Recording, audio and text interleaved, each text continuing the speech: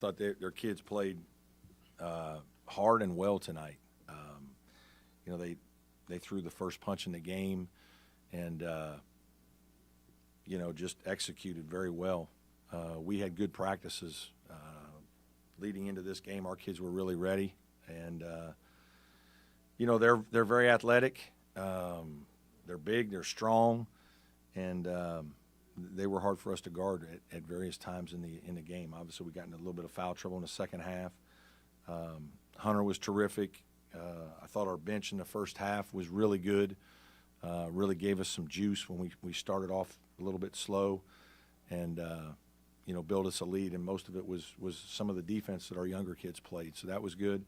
Then our older guys settled down. I thought we did a nice job and really executed offensively very well, probably the last 30 minutes of the game.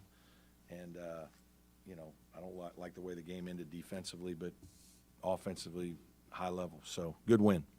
Brad, what's it?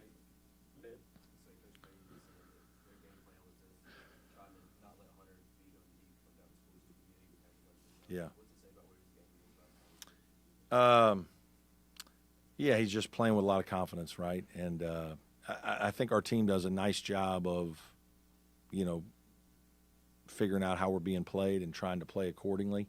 They doubled some ball screens. They doubled some handoffs. I thought we spit it out. The first few minutes of the game, I won't say it surprised us because we talked about it. It could happen. But sometimes when that happens in a game, Chase turned one over. You need to see it a couple times before you really handle it. And the longer it went, we really handled it well. But he's just playing with confidence, right? He's shooting balls in. He's attacking the basket, rebounding. In huddles, his voice is the loudest, right? I mean, he's just a mature player. I mean, it's a privilege to coach young people like that because he's really not a young – I mean, he's a grown-up.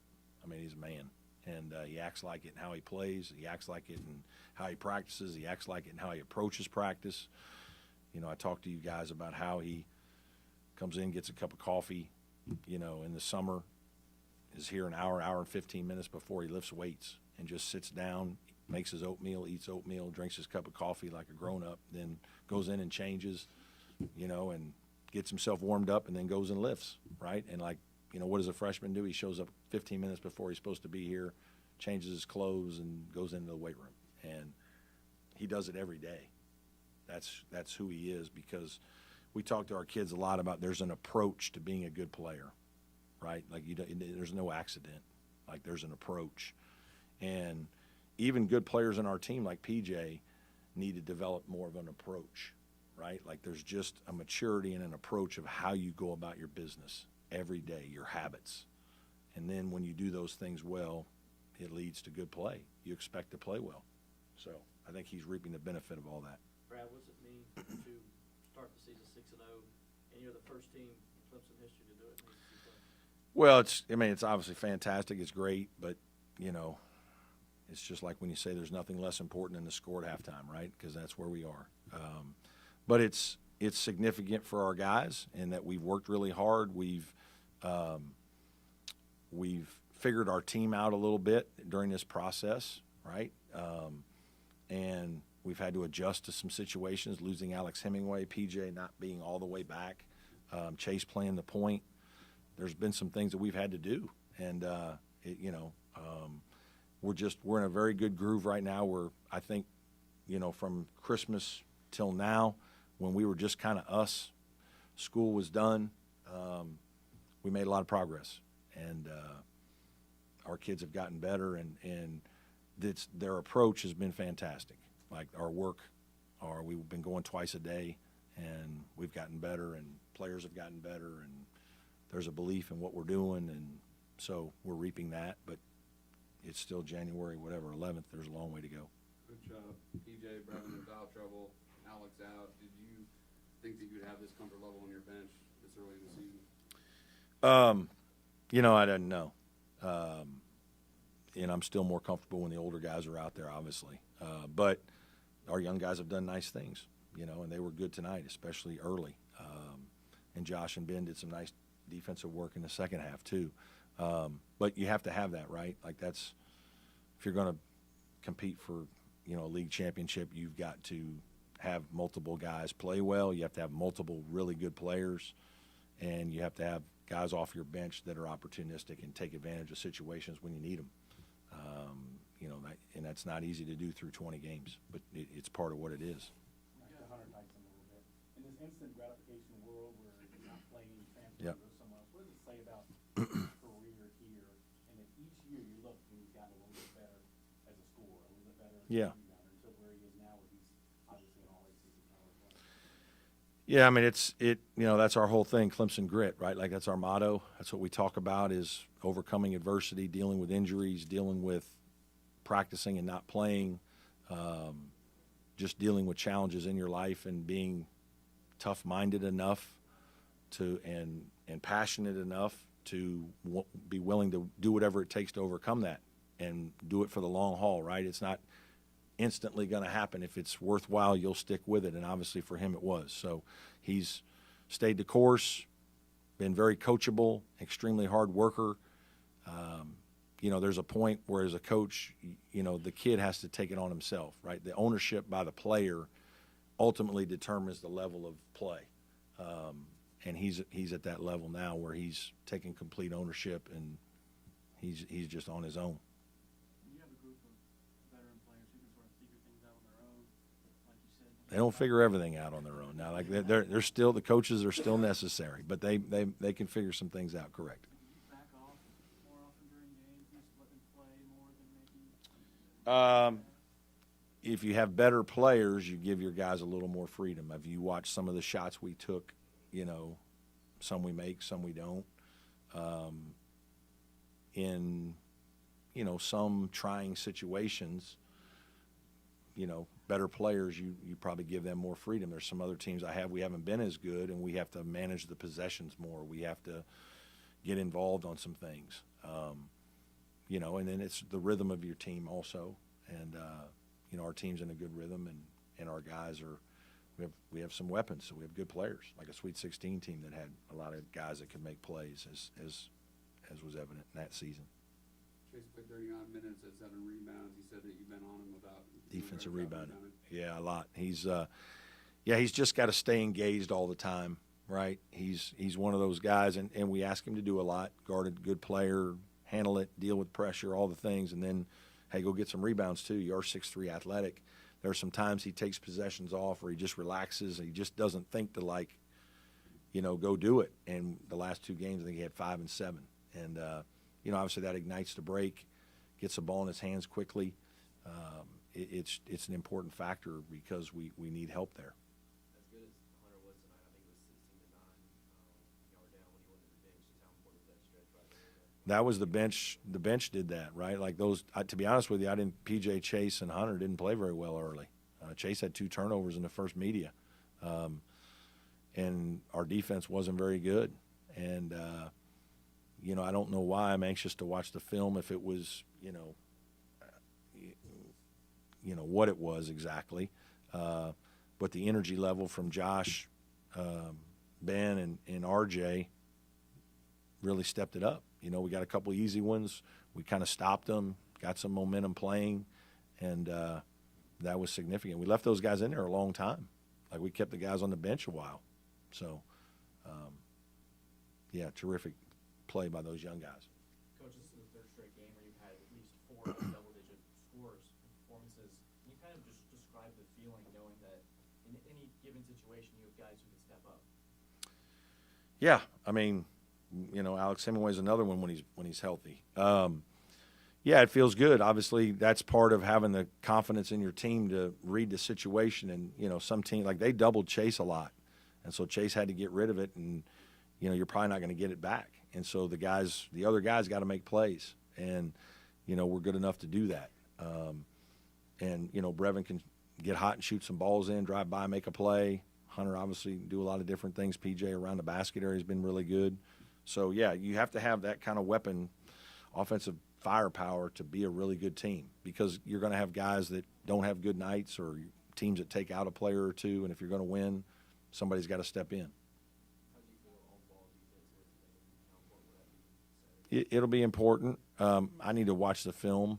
I thought there were times it was good and there were times it wasn't. and that's, you know, it happens in every game. But it'll be a big factor Saturday. Looking ahead to Saturday a little bit, you haven't seen a Duke team without Coach K. Do you expect them to be much different with Coach Shire in there? Not a lot. I think they're probably, you know, a little bit like Hubert taking over for Roy. I think, you know, probably run a few more plays, you know, just watching them. And I haven't watched them a lot. I've watched them a little bit. But beyond that, no, they're still going to be, you know, very competitive. They're going to be organized. They're going to play hard. You know, they're going to play the right way. You know, it's going to be, you're going to have your hands full, right? And they're going to have elite players. And so, you know, he studied under him forever, played for him. Like, he knows what he's doing. And so we'll have to play extremely well to win.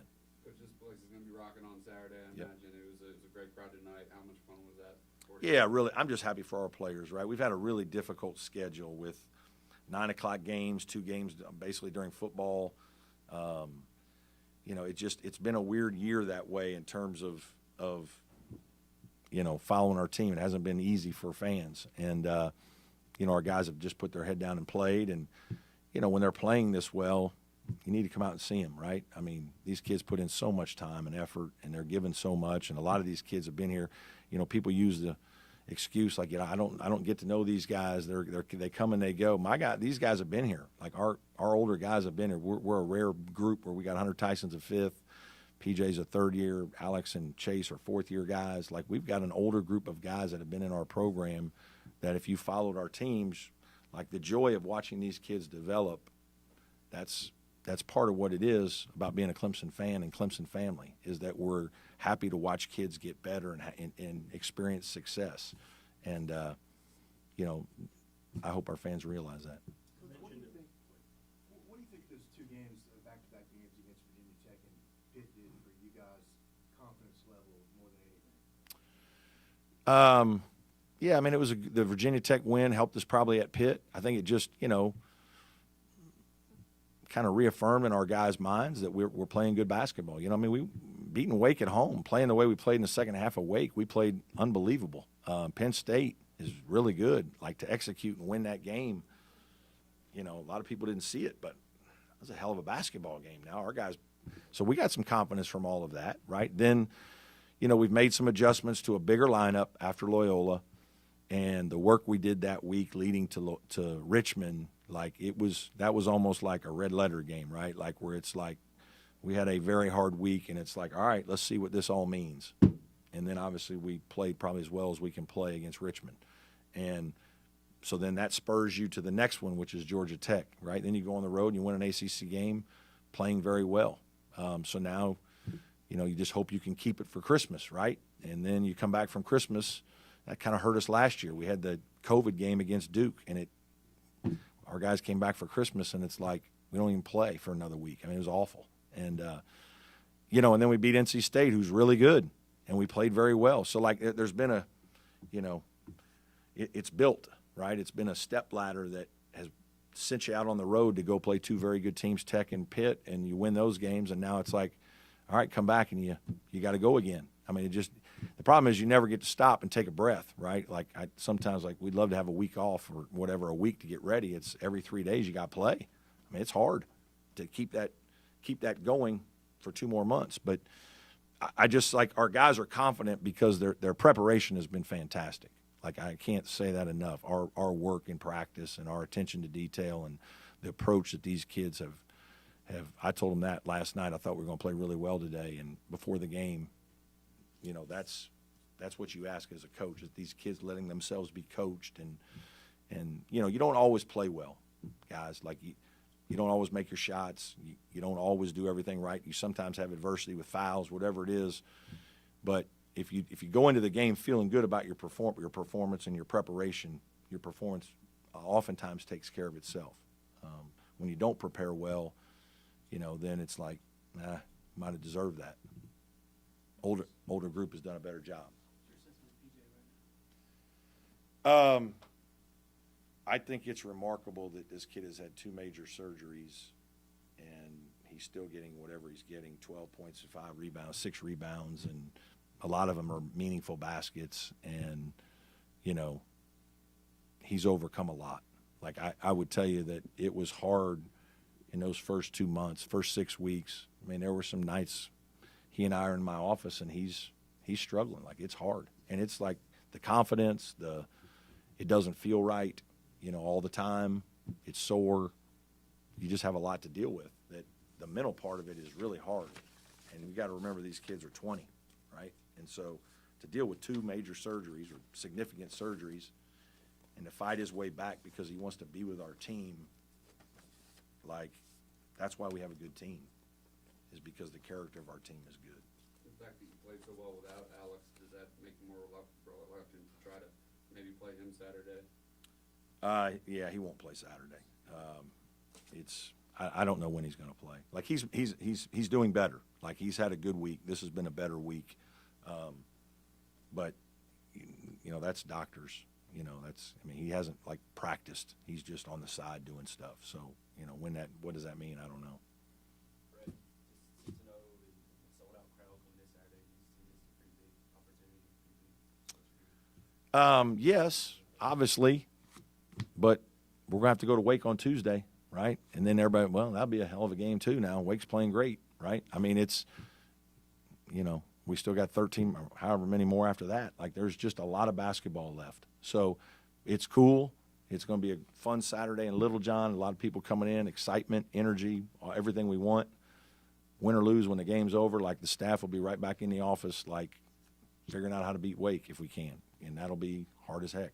So we're not going to get too high or too low at this point. All right.